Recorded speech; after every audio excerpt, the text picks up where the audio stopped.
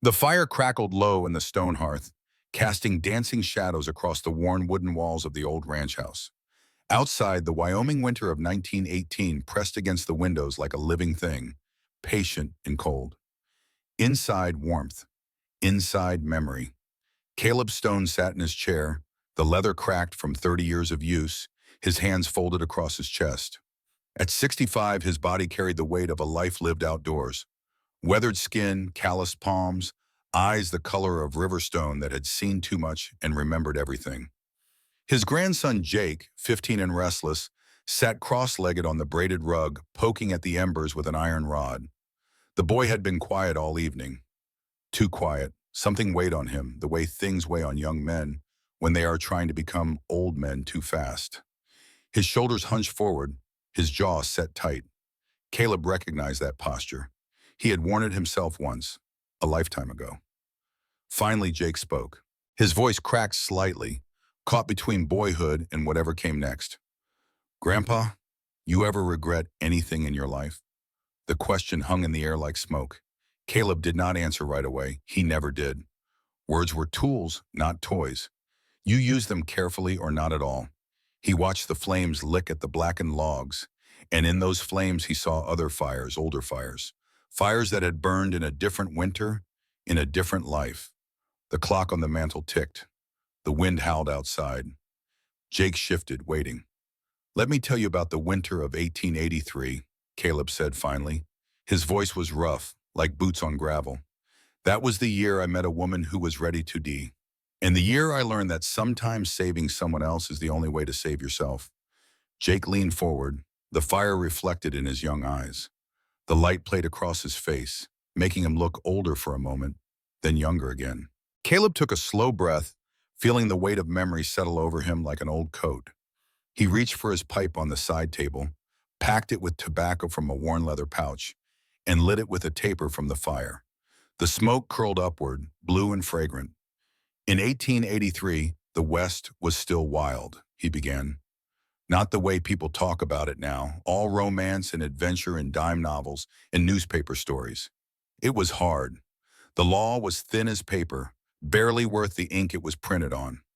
Land was worth killing for, and men did kill for it. And winter, son, winter could kill you just for standing still, just for being in the wrong place when the temperature dropped and the wind came howling down from the mountains. I was 30 years old that December.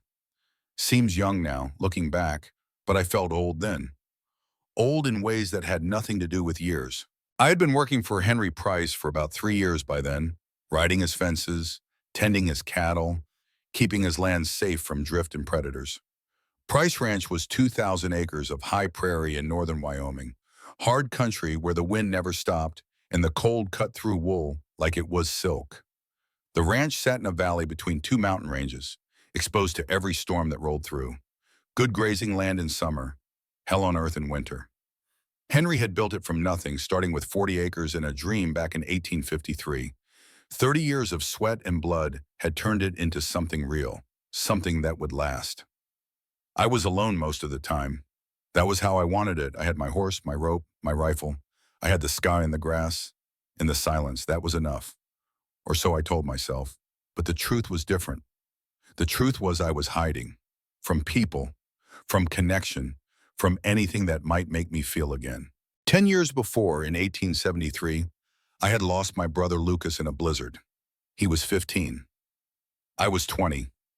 We went out together to pull a calf from a snowdrift, something we had done 100 times before. The ranch we worked on then was smaller, poorer, the owner too cheap to lose even one calf to the weather. The wind came down off the mountains so fast we did not see it coming.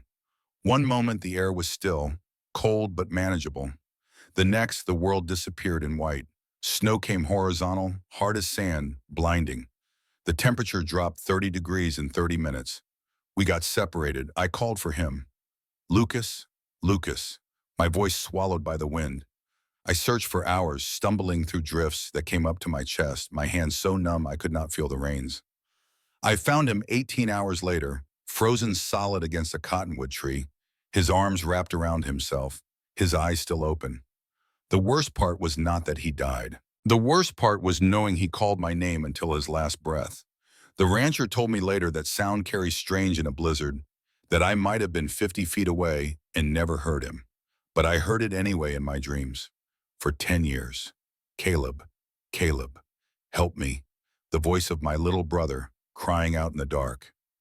After that, something broke inside me. Or maybe it froze like Lucas did and never thawed. I worked, I rode, I survived. I moved from ranch to ranch, never staying long, never letting anyone get close. That was safer, lonelier, but safer. Until Henry Price hired me in 1880. Henry was different from other ranchers. He had principles.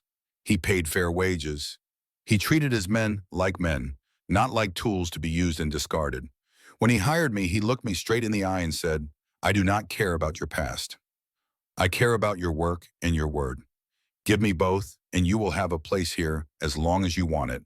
I gave him both. And for 3 years, I had a place. Caleb paused, drawing on his pipe. Jake had not moved, barely seemed to breathe. The boy was good at listening, had always been good at it. That was rare in young people, Caleb thought. Most wanted to talk, to fill every silence with their own noise. Not Jake. December 10th, 1883, Caleb continued. I remember the date because it was the day everything changed. The day I stopped being the man I had been and started becoming the man I needed to be. I was checking the eastern fence line of the ranch that morning. The temperature had dropped overnight to maybe 20 below zero, the kind of cold that makes your lungs ache with every breath. My beard was white with frost. My eyelashes kept trying to freeze shut. I wore 3 layers of wool under my coat, and it barely made a difference. My horse, a big bay gelding I called Red, was steady as they came. 15 hands high, deep-chested, with a Roman nose and 1 white sock on his left hind leg. I had bought him with my first month's wages from Henry, and we had covered a lot of ground together. Red knew the ranch better than I did, could find his way home in the dark or in a storm. Around midday, Red started acting strange. His ears kept flicking forward, his nostrils flaring wide. He smelled something. Smoke, maybe? Or blood. Animals know things we do not, sense things beyond our understanding. I had learned to trust Red's instincts more than my own. So I gave him his head and let him choose the direction. We rode east toward the broken fence line that marked the edge of Price land. The fence there was old, needed mending, posts leaning at angles like drunken men. Henry had been planning to fix it come spring, but spring was a long way off.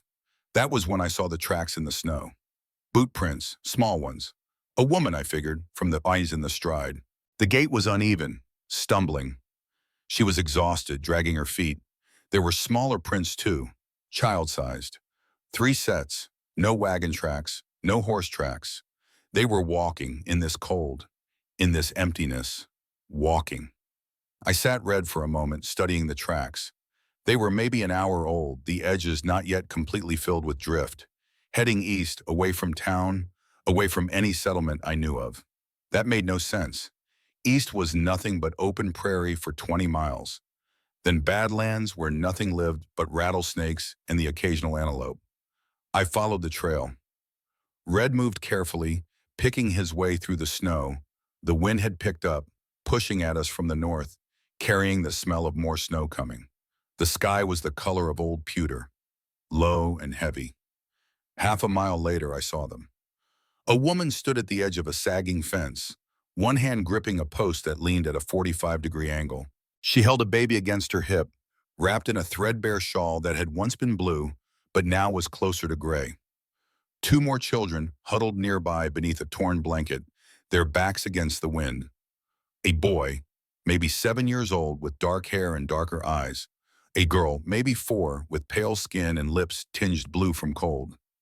None of them cried. That was what struck me first, what sent a chill down my spine that had nothing to do with temperature. Children cry when they are cold, when they are hungry, when they are scared. Children cry, but these children were past crying. They were silent, the way animals go silent when they know death is close and there is no point in fighting anymore. The woman did not look at me when I rode up. She stared straight ahead at the flat white horizon, as if answers might be written there in the snow and ice. Her face was gaunt, hollow-cheeked, the skin stretched tight over the bones. Her hands were cracked and raw, split open from cold and work. She wore a coat too thin for the weather, patched at the elbows and frayed at the cuffs. Her boots were more holes than leather, tied together with strips of cloth. I reined Red in about 10 feet away, did not want to spook her. Sometimes desperate people do desperate things when you get too close too fast. "You are standing on Price land," I said. My voice sounded too loud in the silence, harsh against the soft whisper of wind through dead grass. She did not move, did not blink, did not acknowledge that she had heard me at all. Then quietly, almost as if speaking to herself, she said, "I know, but I have nowhere else to stand." Her voice was flat, empty, the voice of someone who has already given up. I looked at the children again. The boy stared at the ground, his small hands balled into fists. The girl sucked her thumb, her eyes unfocused. The baby did not move at all, wrapped so tightly I could not tell if it was alive or dead. My chest tightened. "How long you been out here?" I asked. "Since last night." "Last night? 12 hours, maybe more, in this cold." I scanned the horizon behind her, looking for any sign of shelter, any indication of where they had come from. Nothing, just snow and grass and emptiness stretching to the edge of the world. "Where is your wagon?" "Broke a mile back." We walked, with 3 children, and in 20 below. My mind tried to calculate how that was even possible, how they were still alive. They should not be. By every law of nature and survival, they should be frozen corpses by now. "You got food?" "No." "Water?" "No." "A gun?" She shook her head slowly, as if even that small movement cost her too much. "Then how do you plan to survive?" She looked at me then, really looked at me, her eyes meeting mine for the first time. They were gray, the color of winter sky, and completely empty. No fear, no hope, no anger, just emptiness. "I do not plan to," she said. Her voice was still flat, still simple, still honest. "I do not plan to survive." And in that moment, I saw my brother Lucas in the boy's face. The same hollow desperation, the same terrible silence, the same look of someone who has stopped believing that help will come. My hands tightened on the reins. Red shifted beneath me, sensing the change in my posture. I could have ridden away. It would have been easy. This was not my problem. These were not I people. I had my own ghosts, my own pain. I did not need theirs. But I heard Lucas calling my name in the wind. I swung down from Red, my boots crunching in the snow. The woman tensed, her hand moving to pull the baby closer. I held up one hand, showing I meant no harm, then reached into my saddlebag. I pulled out a piece of cornbread wrapped in cloth, left over from breakfast. It was cold and hard, but it was food. I did not offer it to the woman. I learned a long time ago that desperate people have pride, sometimes more pride than sense. Instead, I walked to the boy and held it out. The boy looked up at his mother, asking permission with his eyes. She nodded once, a tiny movement. He took the cornbread with both hands, broke it into 3 pieces, gave the biggest to his sister, the middle one to his mother, and kept the smallest for himself. That told me everything I needed to know about him. "I'm going to take you to the bunkhouse," I said, looking at the woman but not crowding her, giving her space. "There is work there. Food, a roof. You will earn your keep. It is not charity." She hesitated. I watched her wrestle with it, watched pride and desperation fight inside her. Pride said no. Desperation said her children would die if she refused. Finally, her shoulders sagged just a fraction. "All right," she whispered. I lifted the baby from her arms. The child was lighter than it should be, too light, nothing but bones and skin wrapped in cloth. But the baby was breathing. I felt the tiny chest rise and fall. I settled the child carefully in front of the saddle, then helped the woman up behind. She moved like someone much older, every motion stiff and painful. The boy walked beside me, his hand occasionally touching Red's shoulder as if drawing warmth from the animal. The girl rode in front of her mother, leaning back against her, eyes half closed. We moved slow through the snow, a strange procession in the dying afternoon light. I did not ask her name, did not ask where she came from or what had happened. Those were questions for later, for when they were warm and fed and safe. Right then, survival was all that mattered. But as we walked, I thought about Lucas, about the cold and the calling, and the 10 years of guilt I had carried like a stone around my neck. About the promise I had made to myself after I found his frozen body beneath that cottonwood tree. I would never let anyone die alone in a storm. Never, even if they did not ask for help, even if they had given up asking. This was my chance to keep that promise. We walked for an hour, maybe more. The sun dropped toward the mountains, turning the snow gold, then pink, then gray. The wind picked up, pushing at us, making Red lower his head and lean into it. The children did not complain. The woman did not speak. We just moved, one step after another, toward warmth and shelter and the possibility of survival. Price Ranch appeared as the last light drained from the sky. The bunkhouse stood solid against the wind, smoke rising straight and steady from the chimney. The barn hulked nearby, darker than the darkness around it, horses shifting and stomping in their stalls. The main house glowed with lamplight, windows like yellow eyes watching our approach. The place smelled of hay and wood smoke and animal warmth. Good smells. Living smells. Henry Price met us at the bunkhouse door. He was 58 then, a big man with a gray beard that reached halfway down his chest and eyes that missed nothing. He had built this ranch from 40 acres in a dream, had fought drought and disease and rustlers and bank panics. Nothing surprised him anymore. He looked at the woman, then at the children, then at me. His expression did not change, but I saw something shift behind his eyes. "You brought them here?" he asked. Not accusing, just confirming. "Yes, sir. They need help." Henry studied the woman for a long moment. She stood straighter under his gaze, lifting her chin despite her exhaustion. He nodded slowly as if confirming something he already knew. "Can you work?" he asked her directly. "Yes," she said. Her voice was steady, stronger than it had been out on the prairie. Henry nodded again. "Good. We always need someone who can cook and mend. You will earn your room and board." "Fair? Fair," she agreed. "Then welcome to Price Ranch." He looked past her to the children. "Martha will get you settled, get you fed. Tomorrow we talk about particulars." He gestured and Martha Brennan appeared in the doorway. Martha was 52, a widow who ran the bunkhouse kitchen with iron discipline and unexpected kindness. She took one look at the children and her expression softened. "Come on then," she said briskly. "Let us get some heat into you." She ushered them inside, already calling out orders to the cowboys lounging by the fire. Henry and I stood alone in the cold. He lit his pipe, the match flaring bright in the darkness. "You did right, Caleb," he said quietly. "Yes, sir. You know who she is?" "No, sir. Her name is Sarah McKenna. Martha got it out of her while you were putting Red away. Widow. Her husband died last April. Lightning strike while fixing a roof. She has been on the road since October, trying to reach her sister in Montana. Did not make it.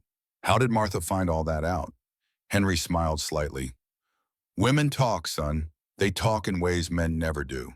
He puffed on his pipe. "Sarah has 3 children. No money, no family now, nowhere to go. She was at the end. One more night, and you would have found 4 frozen bodies instead of 4 living people." I thought about that, about how close it had been, about timing and chance, and the way Red had sensed something wrong. Henry put his hand on my shoulder, heavy and warm.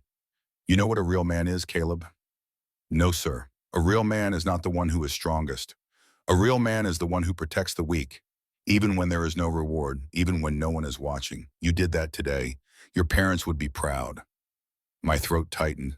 I nodded, not trusting my voice. "Now go get some supper," Henry said.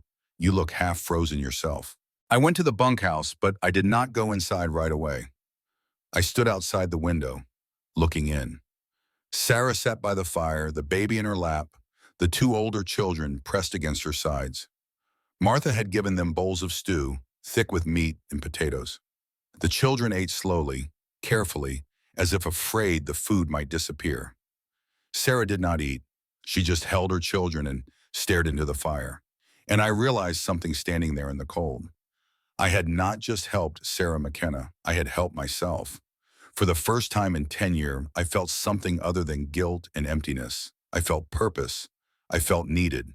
I felt alive. Caleb stopped speaking and drew on his pipe. It had gone out. He made no move to relight it.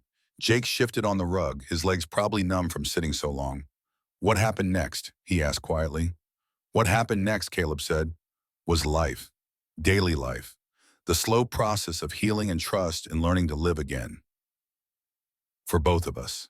The first week, Sarah worked like a woman trying to repay a debt she knew she could never settle.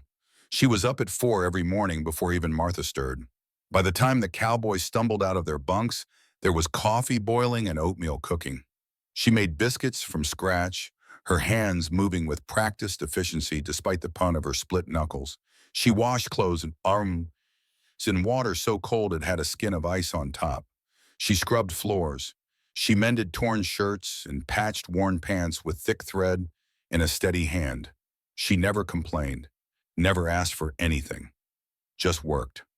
I watched her from a distance, not because I was curious, though I was, but because I was careful. I had learned the hard way that people could break under pressure, could crack when pushed too hard. I wanted to see if she would bend or snap. She did neither. She endured. The children changed faster. In that first week, color came back to their faces. The boy, Tommy, stopped flinching when someone moved too fast. The girl, Elsie, started talking in more than whispers. The baby, whose name I learned was Rose, began to smile, a tiny, uncertain smile that grew wider each day. I helped when I could, in ways that would not embarrass Sarah or make her feel like she was taking charity. I chopped wood and stacked it by the kitchen door where she would find it. I fixed the stove when the flue got clogged with soot. I brought extra blankets for the children, claiming we had too many in the supply room anyway. One morning, about 10 days after Sarah arrived, I noticed her boots were falling apart. The soles had separated from the leather, held together only by strips of cloth she had tied around them. She walked carefully, favoring her left foot where the sole had worn through completely. That night, after everyone was asleep, I went to my bunk and pulled out the wooden trunk I kept beneath it. I had not opened it in months, maybe longer. Inside, wrapped in oilcloth to protect them from moisture, was a pair of women's boots. Brown leather, well-made, barely worn. They had belonged to my mother. She had died 8 years before, in the winter of 1876, just months after Lucas. I had kept these boots all that time, unable to give them away, unable to throw them out. They were all I had left of her, besides memories. The next morning, I found Sarah in the kitchen before dawn, as usual. She was kneading bread dough, her movements practiced despite the pain I could see in her face when she shifted her weight. "These were my mother's," I said without preamble, holding out the boots. Sarah looked up, startled. Then she saw what I was holding, her hands stilled in the dough. "Caleb, I cannot. They are just sitting in my trunk," I said. My mother used to say that boots were meant to be walked in, not stored away. She would want someone to use them, someone who needs them. Sarah wiped her hands on her apron and took the boots carefully, as if they were made of glass. She sat down on a wooden stool and slowly unlaced her ruined boots. Her feet were wrapped in strips of cloth, makeshift bandages where blisters had formed and broken. She tried on my mother's boots. They fit perfectly. She stood and took a few tentative steps, then a few more. She looked down at her feet, then up at me.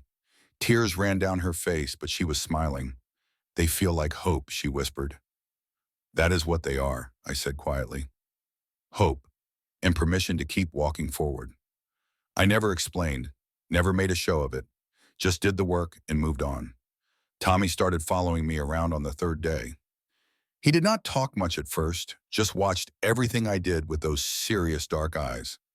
When I was chopping wood, he appeared with a smaller axe. When I was checking tack in the barn, he was there, handing me tools before I asked for them. The boy was smart, he learned fast, and he was desperate to be useful, to prove his worth. I recognized that desperation. I had felt it myself after Lucas died, the need to work hard enough to justify your own survival. One afternoon, I let him help me split kindling.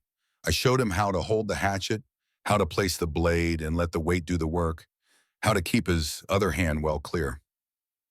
"You are good at this," I told him after he split a particularly tough piece of pine. "Pa used to let me help," he said quietly, not looking up, "before he died." "Your pa taught you well," I said. The boy nodded, still not looking up. Then, so quietly I almost did not hear it, he said, "Pa was a good man, but he did not know when to come in from the rain. Ma told him not to fix that roof in the storm. He did not listen. I did not know what to say to that. Sometimes there are no words, so I just put my hand on his shoulder and squeezed once. He looked up at me then, and I saw tears in his eyes, the first tears I had seen from him. Will you teach me more things, he asked. Things Pa did not have time to teach me? I will, I said, and I meant it. Teaching Tommy became part of my routine. In the early morning before the sun was up, I would take him out to check fence line or look for stray cattle. I taught him how to read tracks in snow, how to tell a coyote print from a dog, how to judge the age of a track by the sharpness of its edges. I taught him how to handle a horse, how to approach from the left, how to check hooves for stones, how to saddle properly so the cinch did not chafe. He soaked it all up like dry ground soaks up rain. And in teaching him, I found something I had lost: connection, purpose, the feeling that what I knew mattered, that it was worth passing on. Sarah noticed. One evening, as I was coming in from the barn, she stopped me at the door. Thank you, she said. For what? For Tommy, for teaching him, for being patient with him. She hesitated, for being the man his father should have been. I did not know how to answer that, so I just nodded and went inside. But that night, lying in my bunk, I thought about what she had said. I thought about Lucas, about all the things I never got to teach him. And I thought about Tommy, about this second chance I had been given. Maybe saving someone else really could save you. Maybe Henry was right about what made a real man. One evening, Henry called me into his office. It was a small room off the main house, smelling of leather and whiskey and pipe tobacco. The walls were lined with books, more books than I had ever seen outside of a library. Henry was an educated man, unusual for a rancher. He had gone to school back east before coming west to make his fortune. He poured 2 glasses of whiskey from a crystal decanter and handed me one. We drank in silence for a moment. You care about her, do not you? He asked finally. I am just helping, I said. Henry smiled slightly. Do not lie to me, Caleb. I have known you 3 years. I see the way you look at her, the way you find excuses to be near, the way your whole posture changes when she walks into a room. I was silent, caught. There is nothing wrong with caring, Henry said. Nothing wrong with wanting something for yourself. God knows you have been alone long enough, but you have to be careful. She is still hurting, still grieving. You push too hard, too fast, you will drive her away. I know, I said. Good. Henry refilled our glasses. Give her time. Let her heal. Let her see who you are through your actions, not your words. Women like Sarah, they have been disappointed by words before. They need to see proof. I will, I said. Henry nodded, satisfied. One more thing. I am proud of you, son. What you did, bringing her here, that took courage, compassion. Those are rare things out here. Do not lose them. I went back to the bunkhouse feeling strange, lighter somehow. Henry had called me son. He had said he was proud. My own father had died when I was 12, killed when a horse threw him into a fence post. I had been looking for a father ever since, though I had never admitted it to myself. Maybe I had found one. The storm came exactly 2 weeks after Sarah arrived. Henry saw it building on the horizon that morning, the sky turning the color of old iron, flat and heavy. The wind shifted, coming from the north now instead of the west. The temperature started to drop. Big one coming, he announced at breakfast. Maybe 3, 4 days. Everyone stays close to the ranch. No unnecessary riding. We secure everything we can secure, and then we wait it out. We spent the morning in controlled chaos, brought the cattle in close to the barn where we could feed them hay if the snow got too deep for grazing. Stacked firewood against the bunkhouse and main house walls, enough for a week if needed. Filled every bucket, barrel, and trough with water before the well froze solid. Checked every rope, every tool, every piece of equipment we might need. Sarah worked alongside Martha, moving food from the root cellar to the kitchen, preparing meals in advance that could be reheated over the fire. I saw her stop once, looking out the window at the darkening sky, her expression unreadable. You all right? I asked. She nodded, just remembering. The last big storm. Daniel was fixing the roof. He thought he had time. She looked at me. He did not have time. You are safe here, I said. We know what we are doing. I know, she said softly. That is why I am not afraid anymore. The blizzard hit that night like the fist of God himself. One moment there was wind and cold, the next the world disappeared. Snow came horizontal, hard as buckshot, driven by wind that screamed like something alive. The temperature dropped from 10 above to 25 below in less than an hour. You could not see 3 feet in front of your face. You could not hear anything but the wind. We huddled in the bunkhouse, 12 cowboys, Martha, Sarah, 3 children, and me. The fire roared in the hearth but barely made a dent in the cold that pressed against the walls.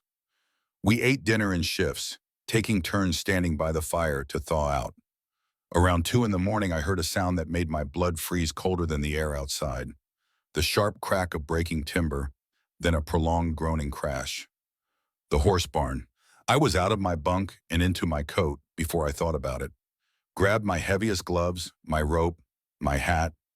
Cole Hardin and 2 other cowboys, Ben Morrison and Pete Saunders, were already moving.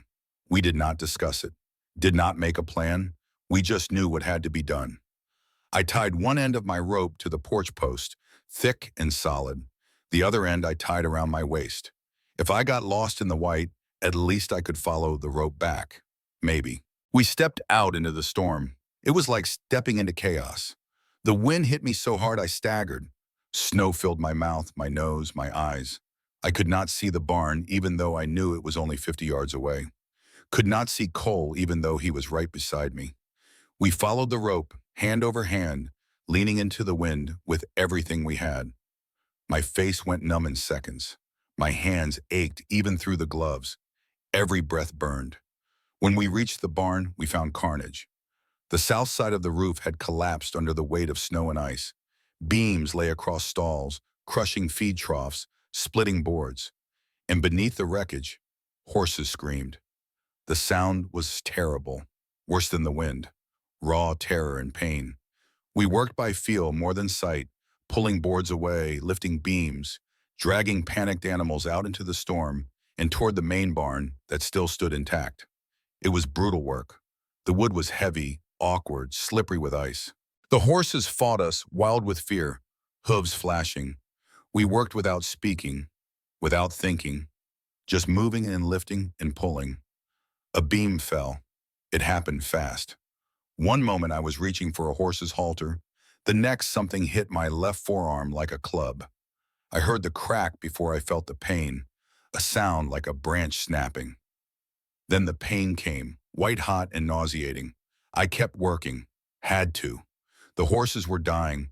We got 8 horses out, lost 2. One crushed under the beam, dead before we reached it. The other broke its leg in the panic, had to be put down.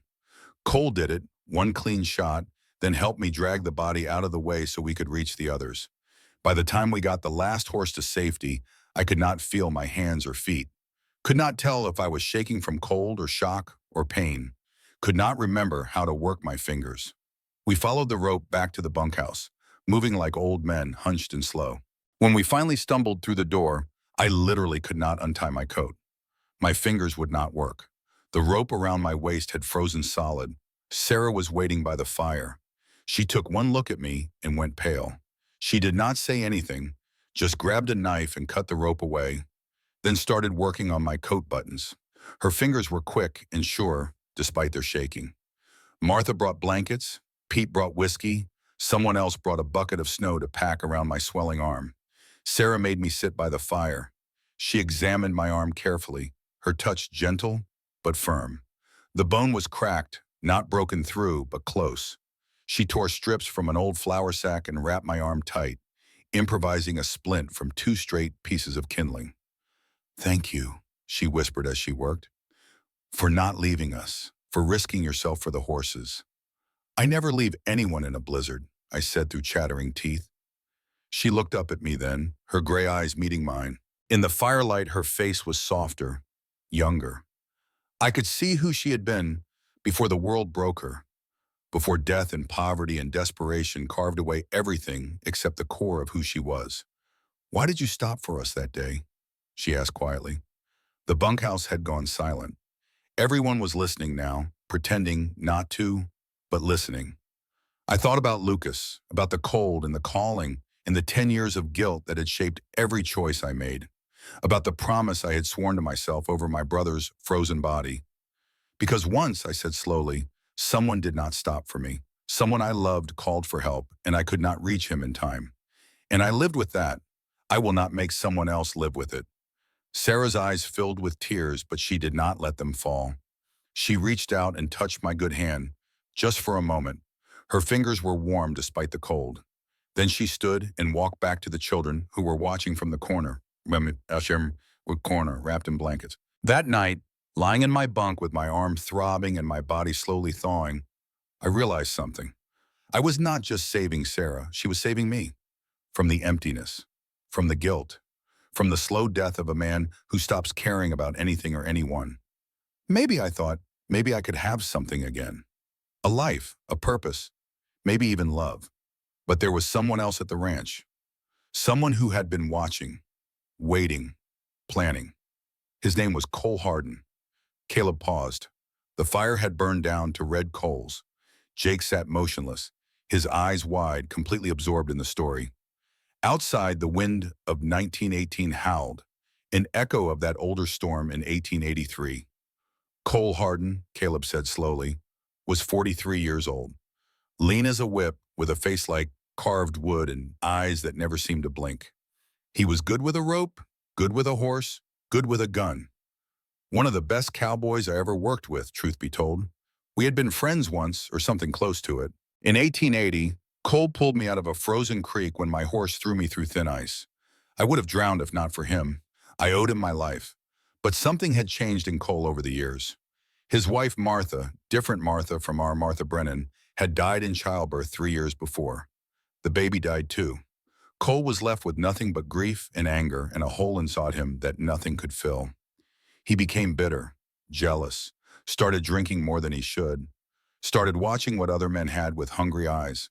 He wanted things he could not have and hated anyone who had what he wanted. When Sarah arrived, I saw the way he looked at her, not with respect, not with kindness, not even with honest desire, with hunger, with ownership, as if she was a thing to be claimed. It made my skin crawl. One evening, about a week after the big storm, Cole cornered me by the barn. The sun was setting, painting the snow red and gold. Everyone else was inside eating dinner. "Pretty widow you brought home," he said. His voice was casual, but his eyes were not. They were flat and cold. "Her name is Sarah," I said. "Sarah," Cole repeated, as if tasting the word. "She is settling in nicely. Children, too, must be grateful to you, real grateful." There was an implication in his tone that made my jaw clench. "Leave her alone, Cole." "Why?" He stepped closer. "You claim her already? Put your brand on her? She is not something to be claimed. She is a person, a widow with 3 children. She is under Henry's protection, under this ranch's protection." Cole smiled, but it did not reach his eyes. Never reached his eyes anymore. Everything about him was cold now, frozen like the land. "Careful, Caleb. Somebody might take what you think is yours. Somebody who has more to offer. Somebody who has not spent 10 years hiding from ghosts." The mention of Lucas, even obliquely, hit me like a fist. I stepped close to Cole, close enough that we were almost touching.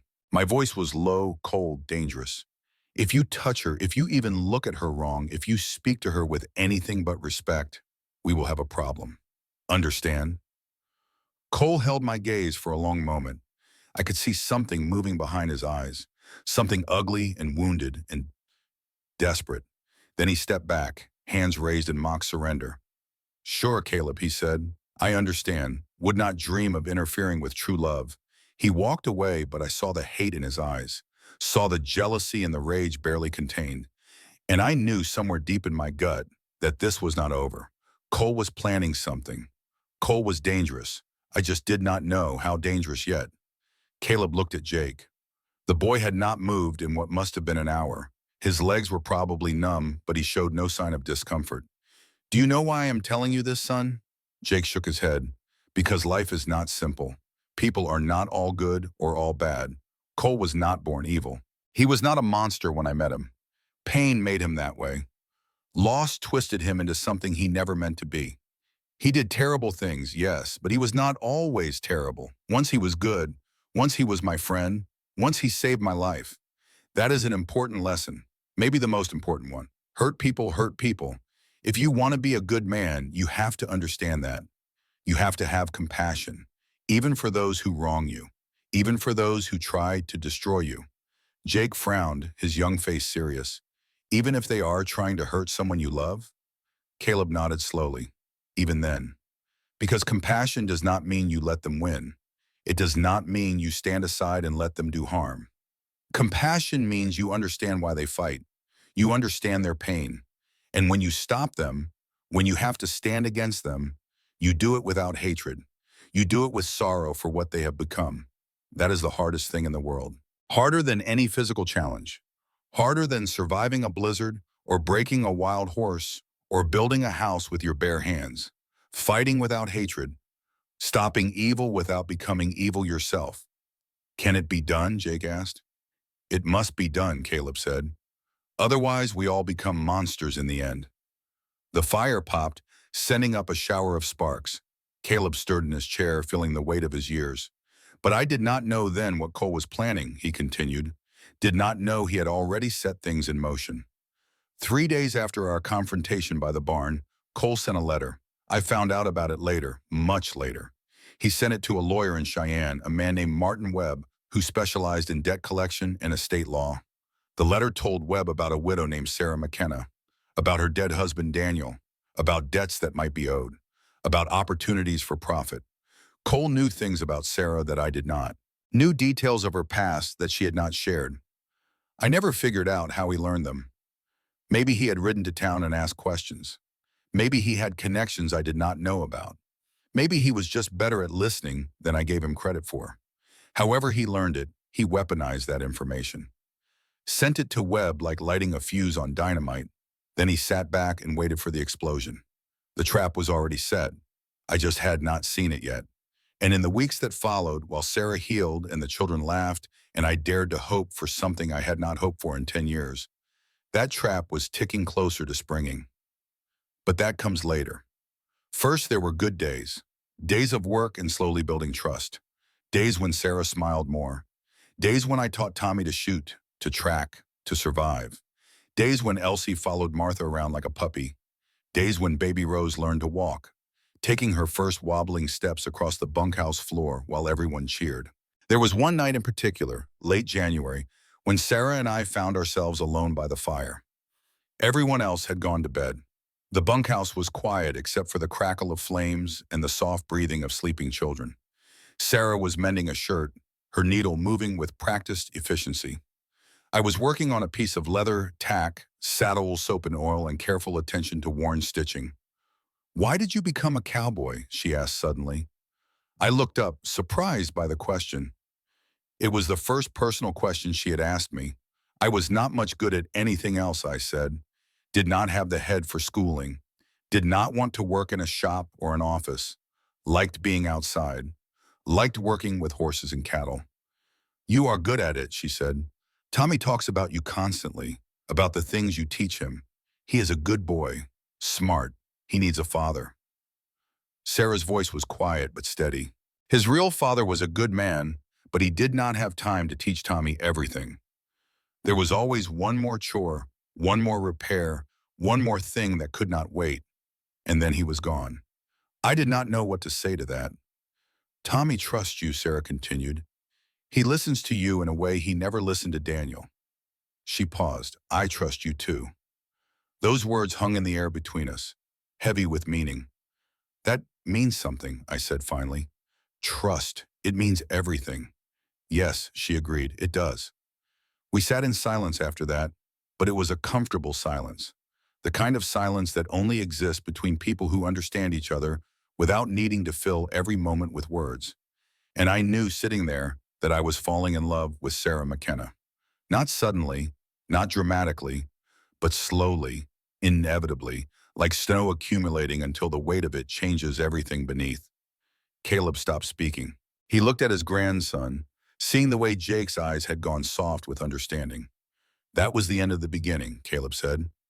"The first part of the story, the meeting, the rescue, the slow building of trust and connection, the good days before everything got complicated." Because life always gets complicated, son. Just when you think you have found peace, something comes along to test it. Someone like Cole, something like debt and law, and the thousand ways the past can reach out and grab you, even when you think you have escaped it. What happened next? Jake asked. What happened next, Caleb said, was the knock on the door, the lawyer, the debt, the moment when everything Sarah had built came crashing down, and I had to decide how far I was willing to go to protect her. But that is part two of the story. And it is late. We have been talking for hours. Jake glanced at the clock. It was past midnight. Please, Grandpa, just a little more. Caleb smiled, feeling something warm in his chest. His grandson wanted to hear more, wanted to understand, wanted to learn the lessons that could only be learned through story. All right, he said, just a little more, because what comes next is important. It is about the choice that defines everything else. The choice between safety and risk, between walking away and standing firm, between being a good man and being a real man. The lawyer's name was Martin Webb, and he arrived at Price Ranch on February 15, 1884. And with him, he brought the ghost of Daniel McKenna and the debts of the dead. The fire had burned down to embers, but neither Caleb nor Jake moved to add more wood. The story had a momentum now, a current that pulled them both forward. Outside, the wind had died down, leaving only silence and the soft tick of falling snow against the windows. Caleb shifted in his chair, feeling the old ache in his arm where the beam had struck him all those years ago. Some wounds never fully healed, some left marks that weather and time could read like a book. February in Wyoming can be crueler than December, he continued. The cold settles deeper, gets into your bones, and stays there. The snow is older, dirtier, harder. The sun comes up late and goes down early, and there is something about the quality of light that makes everything look tired. But inside the bunkhouse that month, there was warmth. There was life. Sarah had been with us for 2 months by then, and the change in her was remarkable. She had gained weight, her face filling out so you could see the beauty that hunger and desperation had hidden. Her hands were still rough, still scarred, but they moved with confidence now. She smiled more, laughed sometimes, a sound like water over stones. The children thrived. Tommy had grown an inch, his clothes suddenly too short in the sleeves and legs. He followed me everywhere, soaking up every skill I could teach him. Elsie chattered constantly now, making up songs and stories, her imagination freed from the weight of survival. And baby Rose, who had been so silent when they arrived, now babbled and giggled and reached for everything within her tiny grasp. I watched them and felt something I had not felt since Lucas died. Not just contentment, not just purpose, but joy. The simple, uncomplicated joy of being part of something larger than yourself. Sarah and I had fallen into a routine. Early mornings and I would find her in the kitchen before anyone else was awake, kneading bread dough or stirring oatmeal. We would talk quietly while the coffee boiled, careful not to wake the others. Small talk mostly. The weather, the work ahead that day, whether Tommy was ready to learn roping, whether Elsie needed new shoes. But beneath the small talk was something else, something growing, like a fire built carefully, one stick at a time, until the heat becomes undeniable. One morning, maybe 2 weeks into February, Sarah asked me about my mother. We were sitting at the kitchen table, the room still dark except for the lamp between us, sharing a pot of coffee that was more grounds than water, but tasted like the best thing in the world. You mentioned your mother once, she said. When you gave me her boots, what was she like? I had not talked about my mother in years. The memory was painful, wrapped up with loss and guilt and all the things I had tried to bury. But Sarah asked with such genuine curiosity, such openness, that I found myself answering. She was strong, I said, not big, not physically powerful, but strong in the way that matters. Strong in her faith, in her convictions, in her love for my father and Lucas and me. She never complained even when things were hard, and things were often hard. How did she die? Fever, winter of 1876, right after Lucas. I think losing Lucas broke something in her. She just gave up, stopped fighting. Pneumonia took her in 3 days. I am sorry, Sarah said softly. She would have liked you, I said. My mother believed that strength was not about never falling. It was about getting back up every time you fell. You would have understood each other. Sarah looked down at her coffee. Sometimes I do not feel strong. Sometimes I feel like I am one breath away from falling apart. But you do not fall apart, I said. That is what strength is, not the absence of fear or pain, but the refusal to let them win. She looked up at me then, and something passed between us. Understanding, recognition. The knowledge that we had both been broken and were slowly, carefully, putting ourselves back together. That morning after breakfast, I took Tommy out to teach him how to handle a rifle. He was 7 years old, small for his age, but strong and determined. I had a Winchester carbine, lighter than my regular rifle, easier for a boy to manage. We walked out to the eastern pasture where I had set up a row of tin cans on fence posts. The morning was cold but clear, the sun just clearing the mountains, painting the snow pink and gold. Rule number one, I said, handing Tommy the unloaded rifle. A gun is not a toy. It is a tool, a dangerous tool. You treat it with respect or you do not touch it at all. Understand? Yes, sir, Tommy said, his voice serious.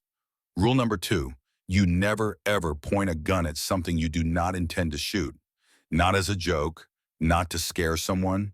Never. The only time your barrel aims at a living thing is if you are hunting for food or defending your life. Yes, sir. Rule number three, every gun is loaded. Even when you know it is not loaded, you treat it like it is. You check, you double check, you never assume.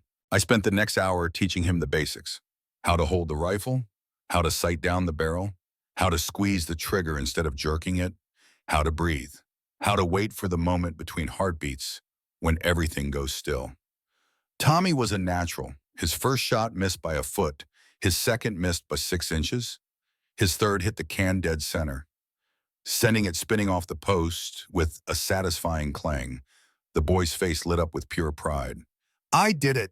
You did, I said. Your pa would be proud. Tommy's smile faded a little.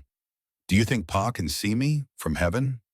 I do not know much about heaven, son, but I think if there is one and if the people we love can watch over us, then yes, your pa is watching, and he is proud.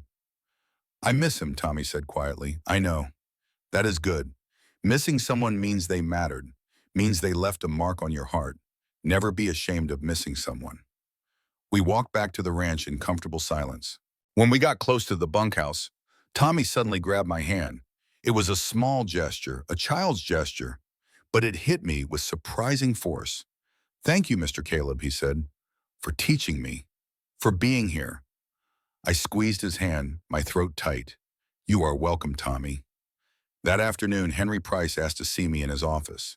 When I got there, I found him standing at the window, hands clasped behind his back, looking out at the snow-covered land. Caleb, he said without turning around, how long have you worked for me now? 3 years, 4 months. In that time, you have proven yourself trustworthy, hardworking, and honest. Those are rare qualities. He turned to face me. I have a proposition for you. My pulse quickened. Sir, there is a parcel of land, 40 acres on the east side of the Snake River. Good soil, fresh water year-round. Some timber. It borders my property. He paused. I want to sell it to you. I stared at him. Sir, I do not have that kind of money. Henry smiled. I am not asking for it all at once. The land is worth maybe $800. I will sell it to you for that price. But you can pay me $20 a month for the next 5 years. No interest. You work for me, so I know you are good for it. My mind raced. $800, $20 a month. That was possible. Barely possible, but possible. Why, I asked? Because you need a place of your own, a place to build something permanent. Henry walked to his desk and picked up a legal document. I had this drawn up by my lawyer last week. It is a legitimate contract recognized by the Territorial Land Office. You sign it, make your payments, and in 5 years the land is yours free and clear. I looked at the paper, my hands trembling slightly. This is generous, sir. It is business, Henry said, but also more than business. I see the way you look at Sarah McKenna. I see the way she looks at you. You are going to need a place to raise a family. I have not asked her yet, but you are going to. Henry's eyes were kind, and when you do, you should have something real to offer. Not just good intentions, but land, a future. I took the paper, read through it carefully. Everything was as Henry said, Fair, legal, possible. I will do it, I said. I will sign. Henry handed me a pen. We shook hands after I signed, and his grip was firm, approving. Welcome to land ownership, son. Now comes the hard part, building something on it. That evening after supper, I asked Sarah to walk with me. The night was cold but clear. Stars scattered across the sky like chips of ice. We walked slowly along the path between the bunkhouse and the barn, our breath rising in clouds. Sarah, I said, then stopped, not sure how to continue. She waited, patient. Henry offered to sell me some land. 40 acres, by the river. That is wonderful, Caleb. She sounded genuinely pleased. I am going to build a house on it. Not right away. Spring, maybe, when the ground thaws. But I am going to build. A house for who? Her voice was quiet, careful. I stopped walking and turned to face her. For you, I said. For Tommy and Elsie and Rose. For the family I hope we can be. Sarah's eyes widened. Caleb, are you? I am asking yes, not today, not right now, but I am telling you my intentions. I want to marry you, Sarah. I want to give your children a home and a name. I want to build something with you that will last. She was silent for a long moment. When she finally spoke, her voice shook. I am afraid. I know. I love Daniel. But our marriage was hard. He was a good man, but he never really saw me. Never asked what I wanted, just told me what I needed. I am not Daniel, I said. I cannot be him. I will not try. But I will see you, Sarah. I do see you. The woman who walked through a blizzard to save her children. The woman who works like she is paying off a blood debt. The woman who is terrified but refuses to quit. Tears ran down her face, freezing in the cold. I do not want to be saved, Caleb. I want to be seen. Just like you said. Then let me see you. Let me stand beside you, not in front of you. Let me be your partner, not your savior. She stepped closer until we were almost touching. Can you promise me something? Anything. Promise me you will never lie to me. Never hide things to protect me. I would rather know an ugly truth than live with a beautiful lie. I promise, I said. And I meant it, she nodded slowly. Then ask me again in the spring, when the house is started, when I can see what you are building, ask me then. I will, I said. We stood there in the cold, not quite touching, but close enough that I could feel the warmth of her, and I knew standing there under the stars that I had found something I thought was lost forever. Not just love, but partnership, equality, a chance to build something real. Caleb paused, glancing at Jake. The boy's eyes shone with emotion, completely absorbed. That was the good part, Caleb said. The hope, the planning, the feeling that maybe, just maybe, life could be kind. But life is rarely kind for long.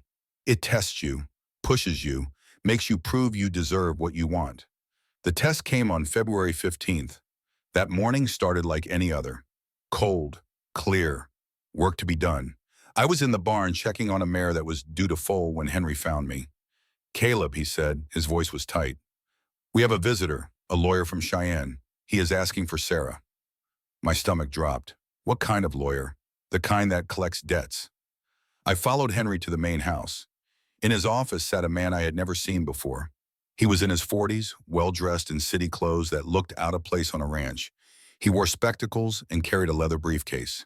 His expression was professionally neutral, neither kind nor cruel. Just business. This is Martin Webb, Henry said. Mr. Webb, this is Caleb Stone. He is the one who brought Mrs. McKenna here. Webb stood and offered his hand. I shook it reluctantly. Mr. Stone, I appreciate you taking me to see Mrs. McKenna. This is a delicate matter. What kind of matter? I asked. A financial matter. Webb opened his briefcase and pulled out several documents. Mrs. McKenna's late husband, Daniel McKenna, borrowed $500 from First National Bank of Kansas in the spring of 1882. The loan was for farm equipment and seed. The terms were clear, repayment of principal plus 12% annual interest over 3 years. He paused, looking at me over his spectacles. Daniel McKenna died in April of 1883, leaving the loan unpaid. Mrs. McKenna, as his widow and legal heir, is responsible for the debt. The current amount owed, including 2 years of accrued interest, is $560. My jaw clenched.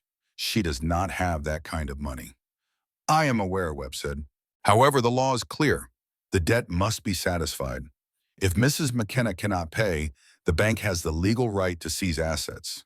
In this case, since she appears to have no assets, the bank may petition the territorial court to revoke her custodial rights to the children on grounds of financial incompetence. The room went silent. Henry's face had gone hard as stone. Mine probably looked the same. "You are threatening to take her children," I said quietly. "I am informing you of the legal realities," Webb corrected. "If Mrs. McKenna can satisfy the debt, there is no issue. If she cannot, the bank will pursue all legal remedies." "We need to speak with Sarah," Henry said. "Caleb, go get her." I found Sarah in the kitchen, kneading bread dough. The moment she saw my face, she knew something was wrong.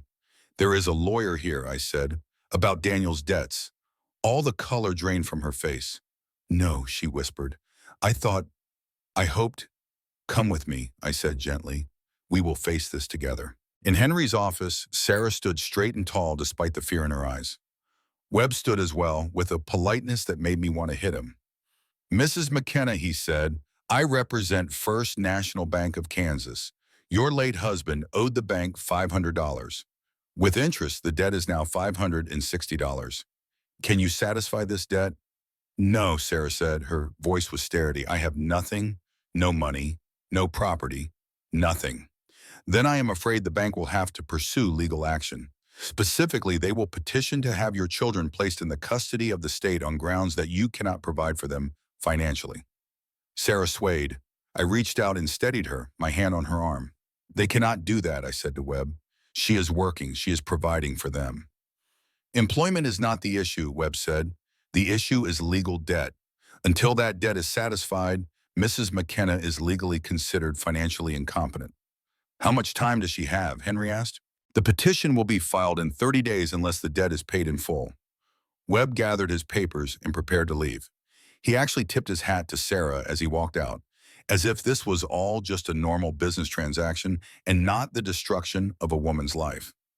After he left, Sarah collapsed into a chair. She did not cry, did not scream, just sat there staring at nothing. "This is Cole," I said suddenly. "Cole sent him." Henry looked at me sharply. "You are sure?" "I am sure. This is too convenient, too well-timed. Cole wanted to hurt Sarah to hurt me." "Can you prove it?" Henry asked. "Not yet, but I will find out." "That does not solve the immediate problem," Henry said. "We need $560 in 30 days.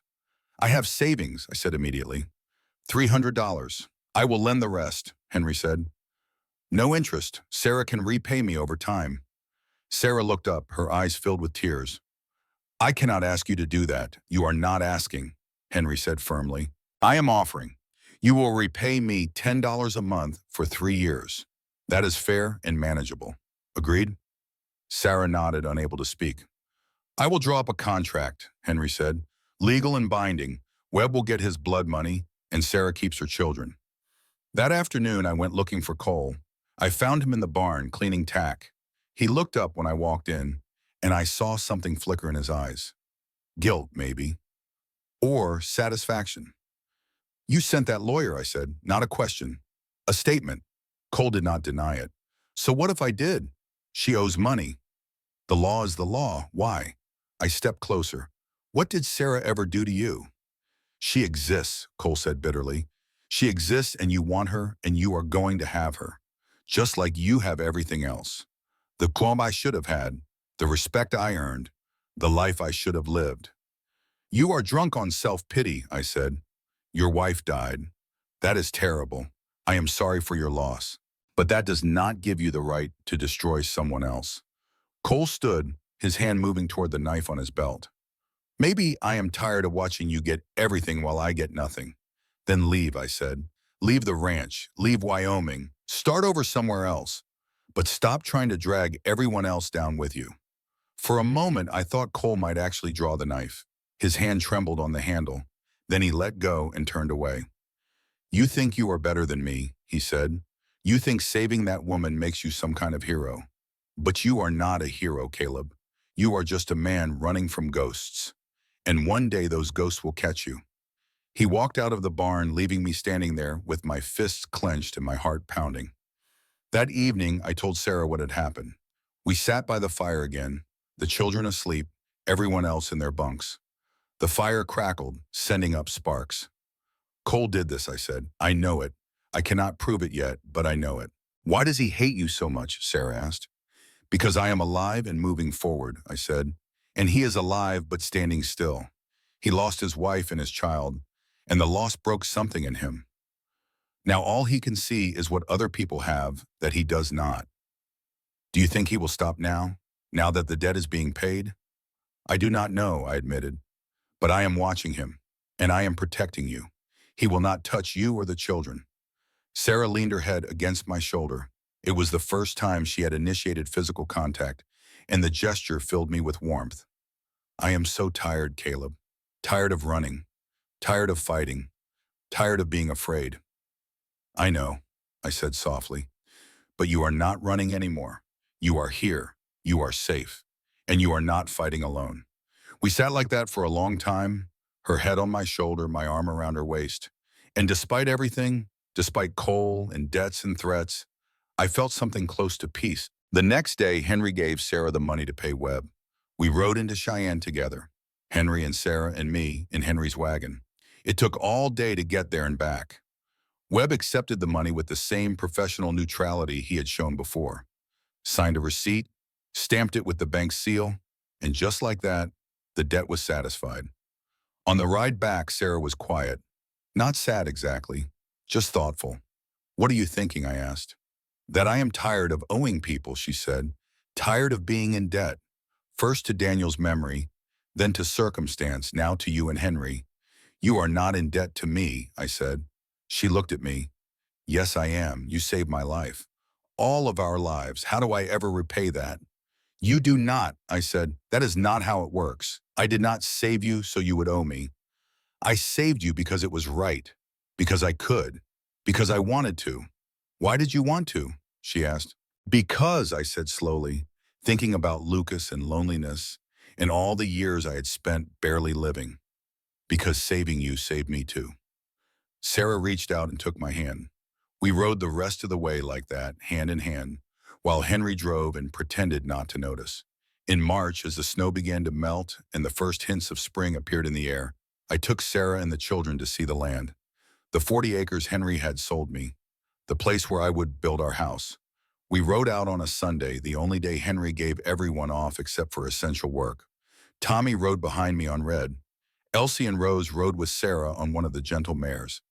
The day was bright and clear, the kind of day that makes you believe in new beginnings. The land was beautiful. The Snake River ran along the southern edge, water clear and cold, moving fast with snowmelt. Pine trees clustered on the northern side, dense enough to block wind, but not so dense you could not move through them. The center was open grassland, perfect for a house and a garden, and maybe a small barn. This is it, I said, dismounting. 40 acres, ours. Tommy ran immediately to the river, shouting with excitement. Elsie followed more carefully, holding Sarah's hand. Rose pointed at everything, babbling in her baby language. Sarah stood in the center of the clearing, turning slowly, taking it all in. Where would the house go? She asked. I walked to a spot near the tree line where the land was level and slightly elevated. Here, I said, 2 bedrooms, a kitchen with a real stove, a main room with a fireplace, maybe a porch facing the river. A porch, Sarah said softly. I have always wanted a porch. Then you will have one, I said. She walked over to stand beside me. Can you really build all that? I can, I said. It will take time, maybe all summer, but I can do it.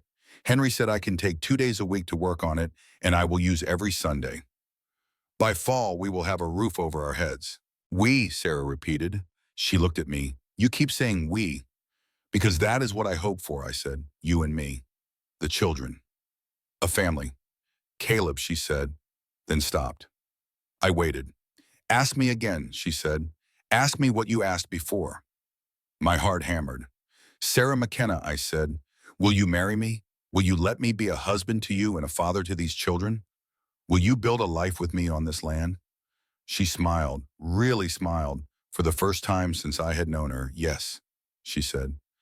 Yes, I will marry you. I picked her up and spun her around laughing. Tommy saw us and came running. What is happening? He shouted. Your mother and I are getting married, I said. Does that mean you will be my new pa? Tommy asked. If you want me to be, I said. Tommy did not answer with words. He just threw his arms around my waist and held on tight. Elsie grabbed my leg. Me too, she said. Me too. And Rose, held in Sarah's arms, reached out her little hands toward me. Up, she said. Up. I took her from Sarah and held all of them close. This family that had found me as much as I had found them. And I knew in that moment that everything I had been through, all the pain and loss and loneliness, had been leading to this. That evening, back at the ranch, we told everyone the news. Martha cried, actually cried, and hugged Sarah so hard I thought she might break something. Henry shook my hand with fierce pride. The cowboys clapped me on the back and made jokes about me being a married man. Only Cole did not celebrate. He stood in the corner, watching with those flat, cold eyes, and said nothing at all. 2 days later, Cole was gone. He left in the night, took his horse in his gear, and disappeared. Left no note, no explanation. Just vanished. Good riddance, one of the cowboys said. But I did not feel relieved. I felt uneasy. Cole was not the type to give up. He was the type to nurse grudges, to plan revenge, to wait for the perfect moment to strike. He was gone, but he was not finished. I knew it in my bones. Still, spring came, the snow melted, the grass turned green, and I began to build. Every Sunday and 2 days a week that Henry gave me, I worked on the house. I cut trees and hauled them to the site. I dug post holes and set foundations. I framed walls and measured twice and cut once, and slowly, board by board, the house took shape. Tommy helped when he could. I taught him to hammer nails, to saw straight, to use a level. He was good with his hands, careful and patient. Sarah came most days too, bringing food, bringing encouragement, sometimes just sitting on a stump and watching me work. In late March, we had the frame up. 4 walls, no roof yet, no windows, no doors, but you could stand inside and see what it would become. Sarah stood in the center of what would be the main room, turning slowly. I can see it, she said. I can see us here. Dinners at that table, the children playing by that fireplace. You coming home from work, a real home. It will be real, I promised. By September, other ranchers helped too. Henry came with 2 of his men and helped raise the roof beams, heavy pine logs that took 4 men to lift. A neighbor from the next ranch over, a man named Jim Peterson, brought his sons to help with the roofing. Even Martha came one day with a picnic lunch, surveying the work with her critical eye and declaring it good, solid construction. The only shadow on those bright days was the absence of Cole. No one had heard from him. No one knew where he went. And that uncertainty gnawed at me. Where is he? I asked Henry one evening. I do not know, Henry admitted. I sent inquiries to other ranches, to towns. Nothing. He vanished like smoke. Do you think he will come back? Henry looked at me seriously. Men like Cole always come back. The question is when and what they will do when they arrive. So we kept building, and we kept watching. And we hoped that maybe, just maybe, Cole had moved on to nurse his bitterness somewhere else. In early April, with the house walls up and the roof half finished, Sarah and I were married. It was a simple ceremony. No church, no fancy clothes, no big celebration, just a circuit judge who rode through once a month and a gathering of everyone from the ranch. We stood in the clearing where the house was being built, the river running behind us, the mountains rising in the distance. Henry gave Sarah away. Martha stood up with her. Tommy held the ring, an old silver band that had belonged to my mother. Elsie scattered wildflowers she had picked that morning. Rose, held by Martha, clapped her little hands and shouted mama throughout the entire ceremony. I, Caleb Stone, take you, Sarah McKenna, to be my lawfully wedded wife, I said. I promise to stand beside you, to see you, to honor you, to love you all my days. I, Sarah McKenna, take you, Caleb Stone, to be my lawfully wedded husband, Sarah said. Her voice was strong and clear.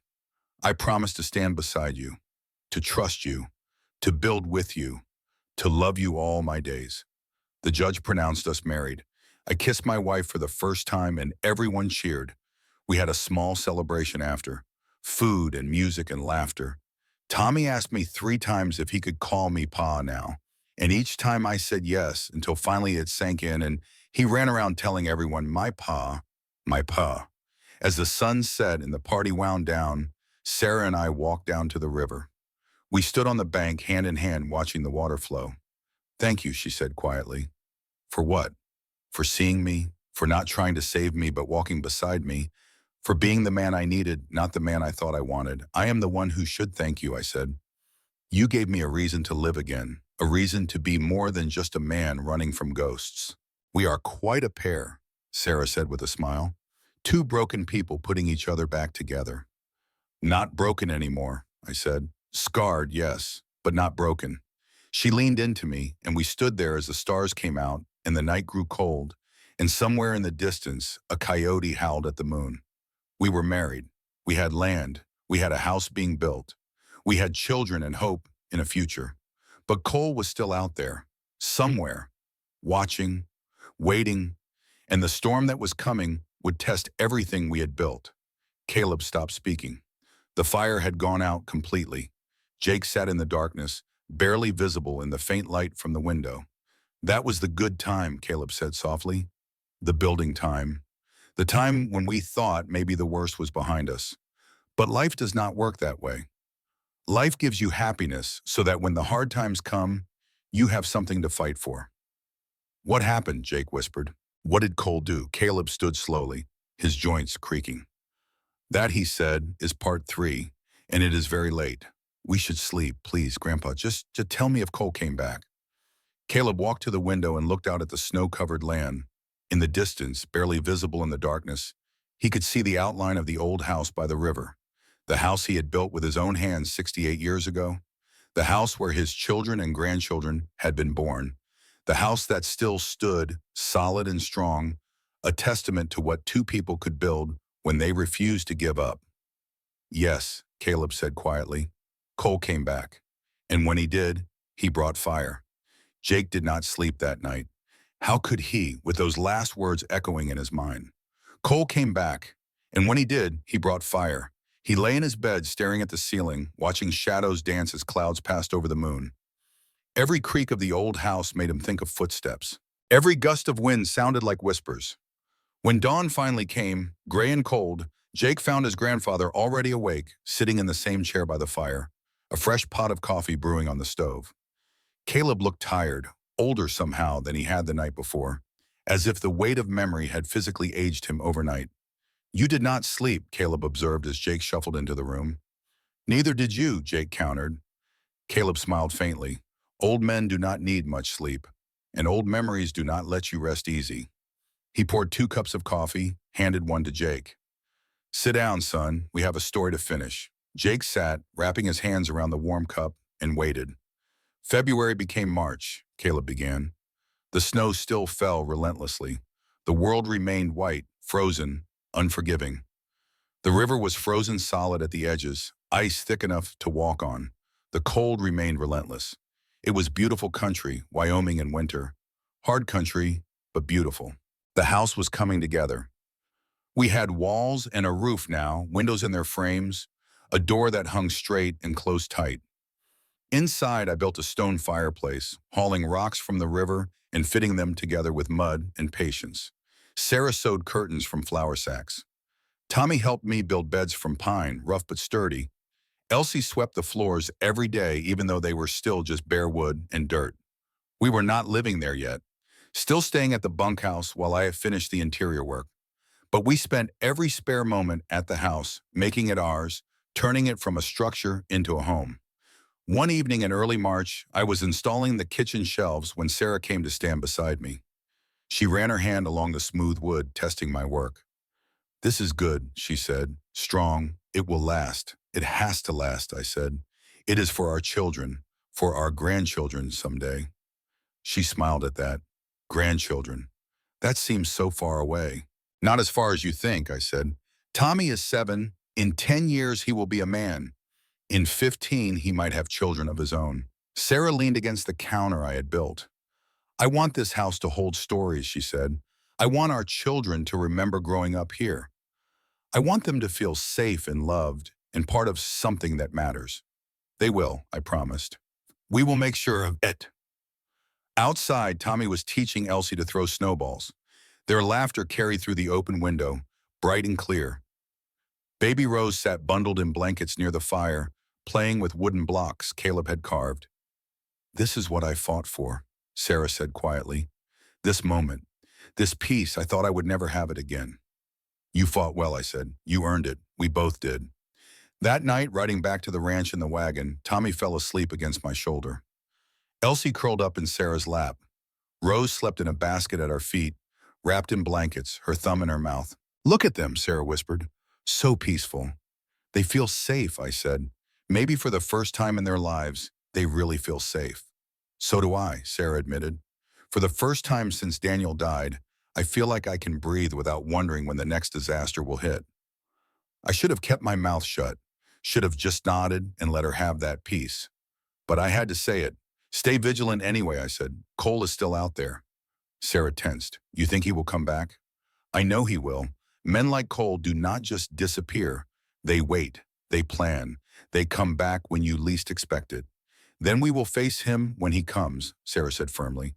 Together, I agreed. 2 weeks later, on March 10th, 1884, Cole Hardin came back. It was a Sunday in late March. We had taken the day off from building. The children played in the snow near the house. And to rest ourselves. The weather was cold but clear, the wind sharp, carrying the smell of snow and pine. Henry had declared it a holiday for everyone on the ranch, and most of the cowboys had ridden into town for supplies and entertainment. I was in the barn at the ranch, fixing a broken stirrup, when one of the younger hands, a boy named Jesse, came running. "Mr. Stone! Mr. Stone! There is smoke, lots of smoke." "Where?" I dropped the stirrup and followed him outside. Jesse pointed east, toward the storage barn, where we kept the winter hay and feed grain. Black smoke rose in thick columns, visible for miles. "Fire!" someone yelled. "The hay barn is burning." Men appeared from everywhere, grabbing buckets, forming a line to the well. But I knew immediately it was too late. Hay burns fast and hot. By the time we could get water there, the barn would be gone. I ran anyway. We all ran, fought the fire for 2 hours, throwing bucket after bucket of water on flames that laughed at our efforts. The heat was tremendous, forcing us back, singeing hair and eyebrows. The smoke made breathing agony. The barn burned to the ground. $2,000 worth of hay, feed for the cattle through next winter. Gone. Henry stood beside me, his face black with soot, watching the last timbers collapse. "This was not an accident," he said. "No, sir," I agreed. "This was arson." "Coal," Henry said. "It had to be." We found the evidence an hour later when the ashes had cooled enough to search. A kerosene can hidden behind what used to be the back wall. The label was from a store in Cheyenne, and pressed into the mud nearby, a boot print. Size 11. Cole's size. I knew it was him, I said, staring at the print. My hands were shaking with rage. "He did this to hurt me, to hurt Sarah. He did this because he is broken," Henry said quietly. "Because he has nothing left but hate." "What do?" I asked. "We find him, we prove it, and we make sure he never comes near this ranch or your family again." But finding Cole proved harder than we expected. He had not stayed in Cheyenne, had not gone to any of the nearby ranches. It was as if he had disappeared again, vanished back into whatever hole he had been hiding in. Days passed. I continued working on the house, but my mind was always elsewhere, always watching, always waiting for the next attack. I carried my rifle everywhere now, taught Tommy to watch for strangers, told Sarah to never be alone outside. The waiting was agony. Then, on March 20th, Sarah received a letter. It came by postwriter, addressed to Mrs. Sarah Stone in handwriting I did not recognize. Sarah opened it at the breakfast table, her face going pale as she read. "What is it?" I asked immediately. She handed me the letter without a word. The paper was cheap, the handwriting crude but legible. It read, "You took everything from him. Now he will take everything from you, starting with the house, then the children, then your life. He is watching, always watching. You cannot hide." There was no signature. "Cole," I said, crumpling the letter in my fist. "He is threatening you, threatening the children." Sarah's hands trembled. "What do we do, Caleb?" "We finish the house," I said. "We move in, we live our lives, and we stay ready." Martha overheard and came over, her expression fierce. That man needs to be in jail. We have no proof it was him, Henry said, joining us. The letter is not signed. The boot print could belong to anyone with size 11 feet. We know it was Cole, but knowing and proving are different things. Then what do? Martha demanded. We protect what is ours, Henry said. We watch, we prepare, and if Cole shows his face, we deal with him. Legally if possible, otherwise if necessary. I understood what Henry was not saying. If Cole came for Sarah or the children, the law would be the least of his worries. Late March brought one final blizzard. The house was nearly finished now. I pushed myself harder, working from dawn until dark, desperate to get Sarah and the children into a place where I could better protect them. The bunkhouse was too open, too many entrances, too many people coming and going. Tommy helped more than ever, sensing my urgency even if he did not fully understand it. He learned to use a hammer almost as well as I could, to measure and cut and fit pieces together. The boy was growing up fast, too fast, forced by circumstance into manhood, years before he should have been. One afternoon while we were working on the porch railing, Tommy asked me about fear. Are you scared, Pa? He said. Of the man who burned the barn? I am cautious, I said carefully. There is a difference. Fear makes you weak, makes you freeze. Caution makes you smart, makes you prepared. But you are afraid for Ma and us, Tommy pressed. I can tell. I looked at him, this boy who was no longer quite a boy, and decided he deserved the truth. Yes, I said, I am afraid for you. All of you, because you matter to me more than anything in the world. But fear does not mean I will not act. Fear means I will fight harder to protect you. Will you teach me to fight? Tommy asked. To protect Ma and Elsie and Rose if something happens to you? Nothing is going to happen to me, I said, but yes, I will teach you. That evening, I began teaching Tommy to shoot properly, not just tin cans on fence posts, but real defensive shooting, how to shoot from cover, how to reload fast, how to aim center mass and not hesitate. He was 7 years old, too young for these lessons. But the world did not care about should or fair. Sarah watched from the porch, her expression torn between pride and heartbreak. I hate this, she said later that night. I hate that he has to learn these things, that he cannot just be a child. So do I said. But I would rather he be ready and never need it than need it and not be ready. She nodded, understanding even if she did not like it. The house was finished on March 25th. Complete, walls and roof and windows and doors, furniture built and in place, shelves stocked with supplies, a wood box filled, water barrels full, everything we needed to live.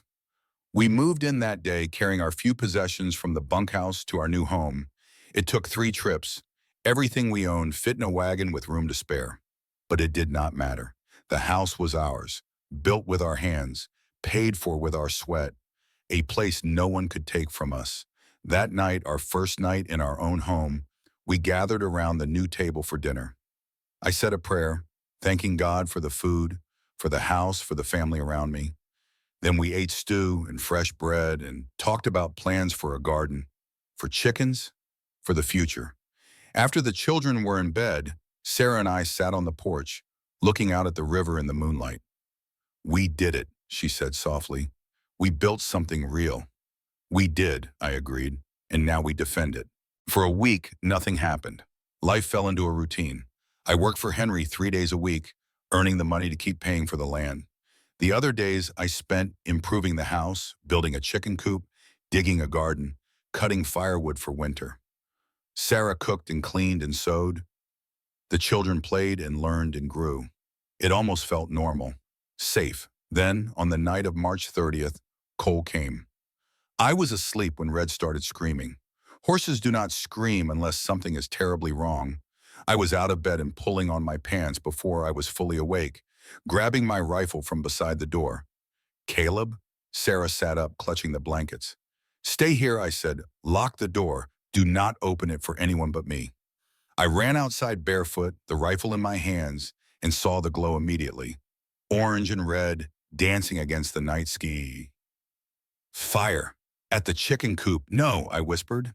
Then louder, roaring, "Nobo!" I ran toward the flames, and that was when I saw him. Cole Hardin stood 30 feet away, illuminated by the fire he had set, holding a burning torch in one hand and his rifle in the other. "Hello, Caleb," he said. His voice was slurred. He was drunk. "Nice little house you built. Be a shame if something happened to it." "Cole," I said, forcing myself to stay calm, "put down the torch." "Why should I?" He waved it, sparks flying. "You took everything from me. Your happiness is like acid in my eyes. Every time I think about you and that woman and those children living happy while my wife and child are dead, I want to burn the whole world down." "Your wife's death was not my fault," I said. "I am sorry for your loss. But you cannot blame me for being alive, for finding love again." "Why not?" Cole shouted. "Why do you get a second chance and I do not? Why do you get to be happy?" "Because I chose to move forward instead of backward," I said. "Because I chose to build instead of destroy." Cole laughed, bitter and broken. "Then let me destroy what you built. Let me make you feel what I feel." He threw the torch. It arced through the air, spinning, trailing sparks. I watched it fall toward the house, toward the wooden walls, toward everything I had built. I fired. The shot was instinct, muscle memory, years of practice. The bullet caught Cole in the right shoulder, spinning him around, the rifle falling from his hands. The torch hit the ground 10 feet from the house, smoldering but not spreading. I ran to the torch and stamped it out, then turned to Cole. He was on his knees, clutching his shoulder, blood seeping between his fingers. "You shot me," he said, sounding surprised. "You tried to burn my house with my family inside," I said. "What did you expect?" Behind me, I heard the door open. Sarah's voice, frightened. "Caleb, stay inside," I shouted. "Everything is under control." But it was not under control. Cole was crying now, not from pain, but from something deeper, something broken beyond repair. "I had a wife," he sobbed. "I had a child. They died and no one cared. No one helped me. I begged Henry for time off to grieve, and he said the cattle do not wait for grief. I asked the preacher for answers, and he said it was God's will. Everyone just expected me to keep working, keep living, keep pretending I was fine. I am sorry," I said, and I meant it. "I am truly sorry that happened to you." "Sorry does not bring them back," Cole said. "Sorry does not fill the emptiness." "No," I agreed, "it does not. Nothing does. But destroying other people does not fill it either. It just makes more emptiness." Cole looked up at me, his face twisted with pain and tears. "Then what do I do, Caleb? How do I live with this?" Before I could answer, Henry appeared out of the darkness, riding hard. 3 cowboys with him. They must have seen the fire from the ranch. Henry dismounted, took in the scene with one glance, his rifle pointed at Cole. "It is over," Henry said firmly. "Cole, you are done." Cole did not resist when 2 of the cowboys pulled him to his feet and tied his hands. The fight had gone out of him. He looked small suddenly, shrunken, less like a dangerous man and more like a lost child. "I did not want to be like this," Cole said quietly. "I wanted to be good. I wanted to be the man my wife loved. But the pain was too big. It swallowed everything else." "I know," I said. "But you made choices, Cole. Bad choices. And choices have consequences." Henry sent 1 man to fetch the territorial marshal. The rest of us put out the smoldering remains of the chicken coop fire. The damage was not too bad. The coop could be rebuilt. The house was untouched. We had been lucky. Sarah came out once Cole was secured, bringing water and bandages for his wound. Even after everything he had done, she tended him with gentle hands. That was who she was, compassionate even toward enemies. "Why are you helping me?" Cole asked her. "Because you are hurt," Sarah said simply. "And because I understand pain, I understand loss. What you did was wrong, but I will not let you bleed to death." Cole closed his eyes, tears running down his face. The marshal arrived at dawn, a hard-faced man named Tom Fletcher, who had been enforcing law in Wyoming for 20 years. He listened to our story, examined the evidence, and arrested Cole for arson and attempted murder. Before they took him away, Henry spoke to Cole one last time. "I have a brother in Montana," Henry said. "He runs a logging camp. Hard work, but honest. When you get out of prison, if you want a second chance, go there. Give him my name. He will take you on." Cole stared at Henry. Why would you do that? After everything? Because everyone deserves a second chance, Henry said. Even you. But this is your last one, you understand? You come back here, you threaten these people again, and I will not be merciful next time. Cole nodded slowly. Thank you, he whispered. They took him away in chains. I never saw Cole Hardin again. Henry told me years later that Cole did go to Montana after his prison time, did work for Henry's brother, and eventually became foreman of the logging camp. Married again, had a daughter, lived a quieter, gentler life. Sometimes, Caleb said to Jake, people can change. Not always, but sometimes. If they are given a reason and a chance. What happened to the house, Jake asked. After the fire? Caleb smiled. We rebuilt the chicken coop, stronger than before. And we lived in that house for 34 years, raised 5 children there, saw 8 grandchildren born there. It became the center of our world, the foundation of everything that came after. Sarah and I farmed those 40 acres, grew wheat and potatoes and corn, raised chickens and pigs and eventually a small herd of cattle. Tommy grew up to be a fine man, took over the ranch when he was 25. Elsie became a teacher, married a shopkeeper from town. Rose married a doctor and moved to Denver, but came home every summer with her children. We had hard years and good years, lost crops to drought, lost livestock to winter storms, but we had each other. We had our land. We had our children and grandchildren. We built something that lasted. How long were you married? Jake asked softly. 28 years, Caleb said. Sarah died in the winter of 1912. Pneumonia, she was only 55. I thought I would die too when she left. The world went gray and empty again, like it had been before I met her. But you kept living, Jake said. I did, because of the children, the grandchildren, because Sarah made me promise that if she went first, I would not give up, would not stop living, would keep teaching and building and passing on everything we had learned. Caleb stood slowly, walking to the window. The sun was rising now, painting the snow pink and gold. In the distance, barely visible, was the old house by the river, still standing after all these years. That house, Caleb said, was built from love and necessity and determination. Every board tells a story, every nail holds a memory, and it is still there, solid and strong, because we built it to last. He turned back to Jake. Do you understand why I told you this story? Jake thought for a moment. Because you want me to know where I came from, that, Caleb said. But more, I told you this story because I want you to understand what it means to be a real man, not the strongest or the richest or the most powerful, but the man who stands beside people instead of in front of them, the man who builds instead of destroys, the man who has compassion even for his enemies. He walked back to his chair and sat down, suddenly looking very tired. Lucas died because I could not reach him in the blizzard. That was not my fault, but I carried it like it was for 10 years. Then I met Sarah, and she taught me that carrying guilt does not honor the dead. Living well honors them.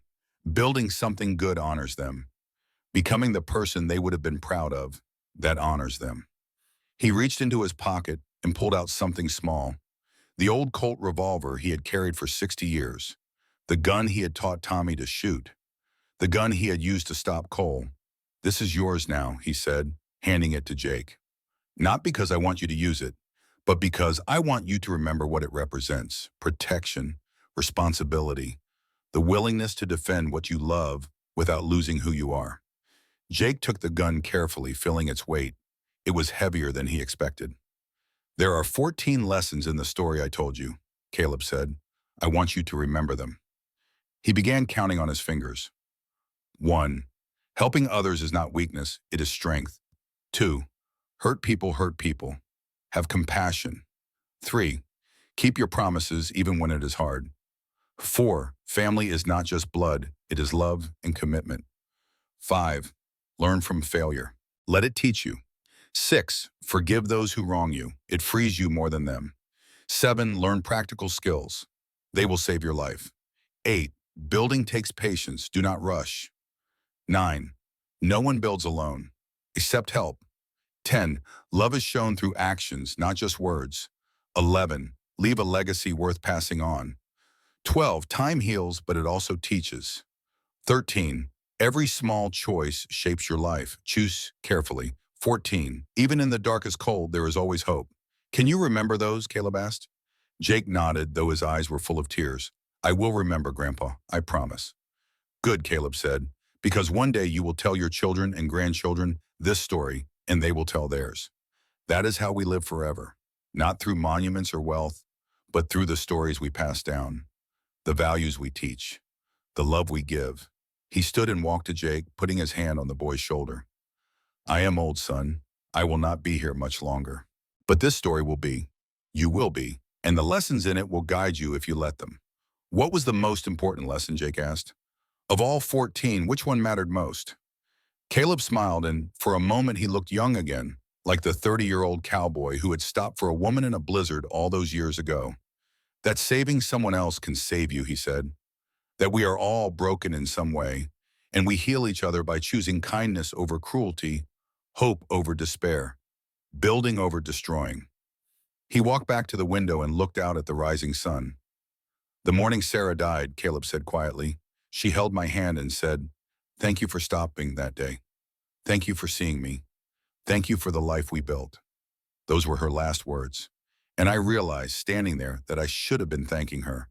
She saved me just as much as I saved her. Maybe more. He turned back to Jake one last time. Now, he said, let us go see the house. Let me show you where your grandmother and I lived, where your father was born, where this family became what it is. They bundled up against the cold and walked together through the snow, grandfather and grandson, following the path that Caleb had walked 10,000 times before. The path from the ranch to the house by the river.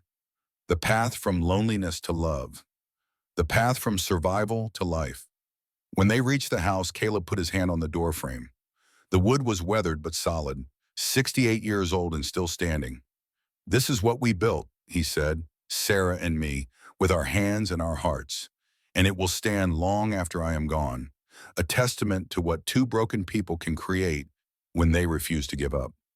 Jake touched the wall, feeling the history in the wood. Tell me more stories, he said, about Grandma, about this place. Caleb smiled. I will tell you everything, he said, every story, every lesson, every moment worth remembering, because that is what grandfathers do. We pass it on. They went inside together. And there in the house built from hope and determination, surrounded by the memories of a life well lived, Caleb Stone continued to teach, continued to share, continued to ensure that the story would never die. Because stories are what we leave behind. Stories are how we defeat death. Stories are the legacy that matters most. In this story, the story of a cowboy who stopped for a woman in a blizzard, of a widow who refused to give up, of children who learned to trust again, of a house built from nothing but will and love. This story would be told for generations. Jake would tell his children, they would tell theirs, and the lessons would live on, passed down through time like precious jewels, polished by repetition, strengthened by belief. Years later, when Caleb Stone died peacefully in his sleep at the age of 71, they buried him beside Sarah on a hill overlooking the house by the river. The entire county came to the funeral. 3 generations of family, friends from 6 states, even the territorial governor sent his condolences. But the best eulogy came from Tommy, now a man of 50 with grandchildren of his own. He stood beside his father's grave and said simply, he was the man who stopped when others would have ridden past. He was the man who built when others would have given up. He was my father in every way that mattered. And the lessons he taught me, I will teach my children, and they will teach theirs, and his spirit will never die. And it did not. The house still stands today, over 100 years later, maintained by descendants of Tommy and Elsie and Rose. A historical landmark now, preserved as a reminder of what the American West was really about. Not just cowboys and gunfights and gold rushes, but families, survival, love, the quiet heroism of choosing to keep going when everything tells you to quit. Tourists visit the house sometimes. They walk through the rooms where Sarah cooked and Caleb built furniture, and children learned to read. They stand on the porch where 2 people sat and talked and fell in love.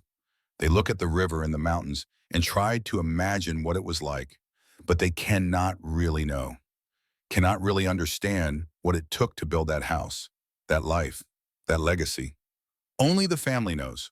Only the descendants who carry the story in their bones, who have heard it around dinner tables and campfires and sickbeds, who know every detail and every lesson.